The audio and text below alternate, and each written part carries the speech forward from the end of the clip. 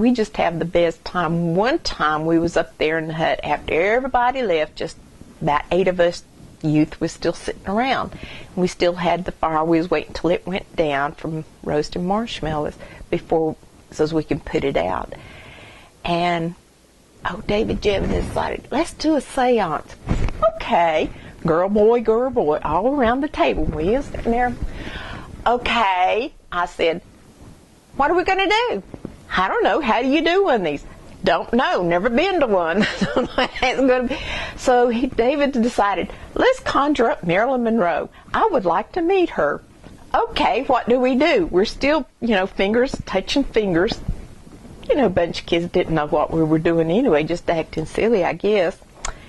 So he's sitting there and says, oh, Marilyn Monroe, come forth, Marilyn Monroe, just da-da-da-da-da, like that. Then all of a sudden, out of a clear blue sky, a bolt of lightning, boom, hit next to the cabin hut thing there. Scared us to death. Buddy, we got up from there, got water on that fire, and we got out of there. I said, we ain't doing this no more. Scared. Of course, it wasn't. It was just chance that it happened because it started raining and storming, and we wasn't expecting it to do that. But, we thought, the Lord told us we better not do that no more.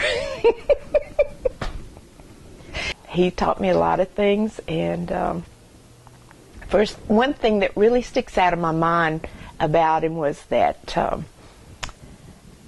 I got a little sewing machine. It was before I even started school. One of these little hand crank things for Christmas.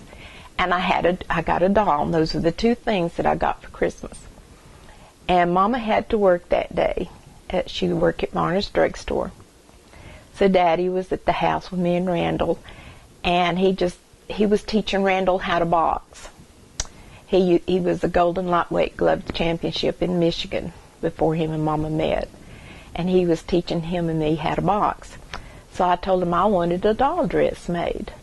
So he said, well, let's go in there and see if we can't build one. Everything was build, never make. It was always build. I built a cake. We were going to build a dress for my doll. So he laid the material down on the table. We got Mama's scrap box. He laid my doll down. I'll never forget this. And he took his pencil and he traced around the doll. Right up like you would do, your fingers. Well, he traced around that doll 2 times for the back and the front. And he cut it out.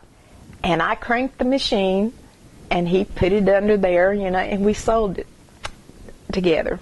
And we had to squeeze that doll to get it in that dress.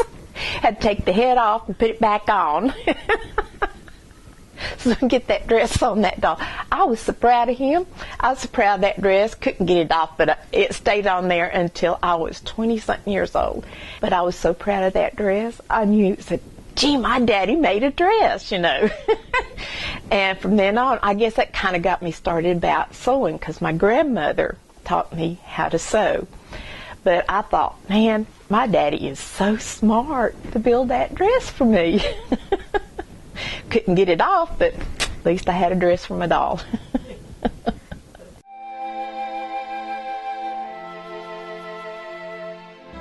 My grandkids knows that I'm a nut. They'll know. They can tell their kids, your great-grandmother was a nut. She wasn't afraid of anything. She kept things going. And that's what I try to do. Make them laugh all the time. I don't know what I knocked over, but I did it. But anyway, I want them to know that I'm a loving person. I like to have fun.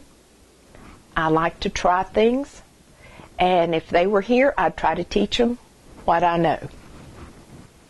The only thing I like to tell my grandkids is to love everybody, love your parents, obey your parents, and mind them, and show a lot of respect, because then you're going to get a lot of respect. Because when you do that, life is going to be a little bit easier, even though it's hard growing up.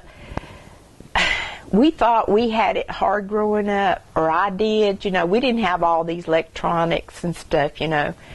But, you know, I wouldn't trade those times for nothing.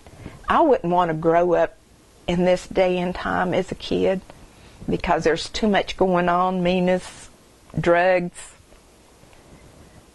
more so than, we didn't have it back then. If there was, it was, we didn't know anything about it. It was probably overseas.